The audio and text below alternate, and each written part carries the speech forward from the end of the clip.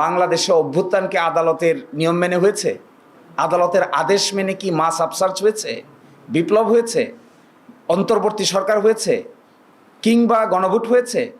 কিংবা জাতীয় নির্বাচন হয়েছে?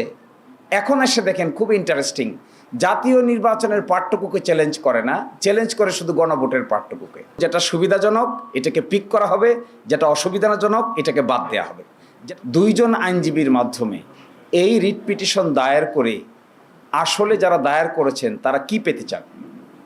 আমি স্পষ্ট দেখতে পেয়েছি সরকারের ইন্ধন, কোর্টে দেখতে পেয়েছি সরকারের ইন্ধন, আইনজীবীদের মধ্যে দেখা যাচ্ছে সরকারের ইন্ধন, এবং একটা ক্লোজ এলাই আছে সরকারের কিছু ব্যক্তিবর্গ এই বিষয়টাকে আদালতে সাবজুডিস ম্যাটার বলে পার্লামেন্টকে যেন কোনোভাবে বাধিত করা না যায়, এই জন্যই এই কৌশলটা অবলম্বন করেছেন।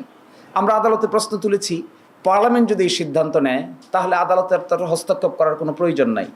আগে যেহেতু করা হয়নি, নভেম্বর মাসে আদেশ হয়েছে, ডিসেম্বর মাস, জানুয়ারি মাস, ফেব্রুয়ারি মার্চ, এটা মার্চ মাস যাচ্ছে, এতদিন যদি এটা চ্যালেঞ্জ করার প্রয়োজন না হলো তাহলে 12 তারিখ পর্যন্ত অপেক্ষা করতে এখানে অসুবিধাটা কোথায়?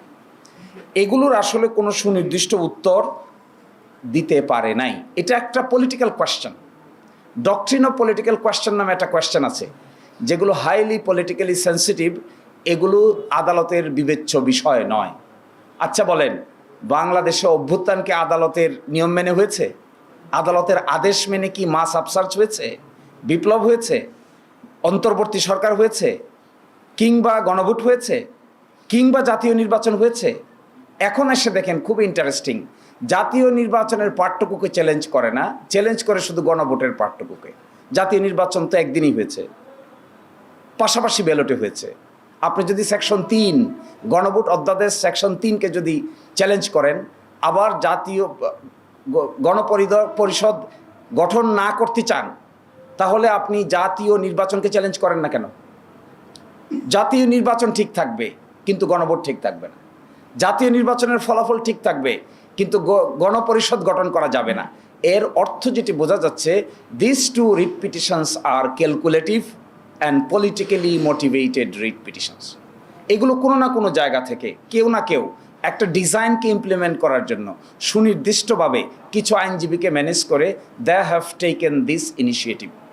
আদালতের সামনে এগুলো উপস্থাপন করে অতীতে আদালতকে ব্যবহার করে যে সমস্ত রাজনৈতিক সমস্যার সমাধান করার চেষ্টা করা হয়েছে সবগুলো বুমেরাং হয়েছে। This is a political question, has to be settled by consensus of the political parties. Political parties আলোচনার ভিত্তিতে সিদ্ধান্ত নিয়েছে, সিদ্ধান্ত থেকে সরে আসতে গেলেও পলিটিক্যাল পার্টিকে আলোচনার ভিত্তিতেই সরতে হবে। আদালতকে এখানে সাবজেক্ট ম্যাটার করে যিনি আজকে বিচারক ছিলেন, জুনিয়র জাজ, তিনিও এই সরকারের আমলে নিয়োগপ্রাপ্ত বিচারক। একটা অর্ডিন্যান্স হয়েছে, বিচার বিভাগে অ্যাপয়েন্টমেন্ট কমিশন গঠিত হয়েছে। এই কমিশনের আলোকে বাংলাদেশের হাইকোর্টে 2 সেট বিচারক অ্যাপয়েন্টেড হয়েছে। তার মধ্যে আজকে যিনি জুনিয়র বিচারক ছিলেন তিনিও এই আইনের অধীনেই নিয়োগপ্রাপ্ত বিচারক। অভ্যুত্থান যদি না থাকে, সরকার যদি না থাকে, জুলাই সনদ বাস্তবায়ন অধ্যাদেশ যদি না থাকে, গণভোট যদি না থাকে, তাহলে ওই মাননীয় বিচারক কিভাবে থাকবেন? কোন জায়গায় তিনি অ্যাপয়েন্টেড হবেন? Who will appoint him? This are the pertinent questions which are আনআনসার্ড।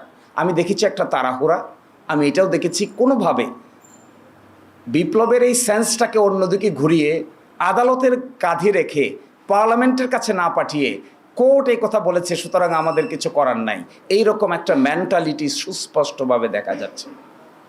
এবং এটাতে আমরা খুবই anxious. We are anxious in a sense যে this type of attitude will ultimately foil the whole scheme of the revolution. আপনি দেখেন, যারা বলছেন গণভোট বাতিল হবে তারা বলছেন না কেন জাতীয় নির্বাচনও বাতিল হবে? যদি পুরোটাই বাতিল হতে হয় তাহলে why not the national election? Why only the গণভোট? ওয়াই অনলি দি জুলাই সনদ বাস্তবায়ন আদেশ? মাঝখানে আরও 135টা অর্ডিন্যান্স হয়েছে, সেগুলো বাদ যাক, সবই বাদ যাক, ফ্রেশে শুরু করি। আবার আমরা ঘুরে 5ই আগস্টের আমরা আদালতে এই কথা বলেছি, যদি তাই বলতে চান তাহলে সব বাদ দেন। Let us go back before 5th August. 5th অগস্টের আগে ফিরে যাই, ওখানে গিয়ে দেখি না আমরা কোন জায়গায় ছিলাম। Let us start from there. 4th August থেকে স্টার্ট করি, তখন তো রাজি না। এর অর্থ কি? এর অর্থ হলো যেটা সুবিধাজনক এটাকে পিক করা হবে, যেটা অসুবিধাজনক এটাকে বাদ দেওয়া হবে। যেটা সুবিধাজনক এটাকে চুজ করা হবে, যেটা অসুবিধাজনক এটা থেকে নিজেকে সরিয়ে নেওয়া হবে। This is serious arbitrary activity of particular group of people, should not be, no one should do this. এবং এইভাবে একটা রেভলিউশনের পরে একটা চার্টারকে অপ্রাসঙ্গিক করে ফেলার যদি ইনিশিয়েটিভ নেওয়া হয় তাহলে that would be again a political blunder, a legal blunder, judiciary will be debated. এবং বিচার বিভাগের উপরে এই বন্দুক রেখে এই ধরনের কর্মকাণ্ড করা সঠিক নয় বলে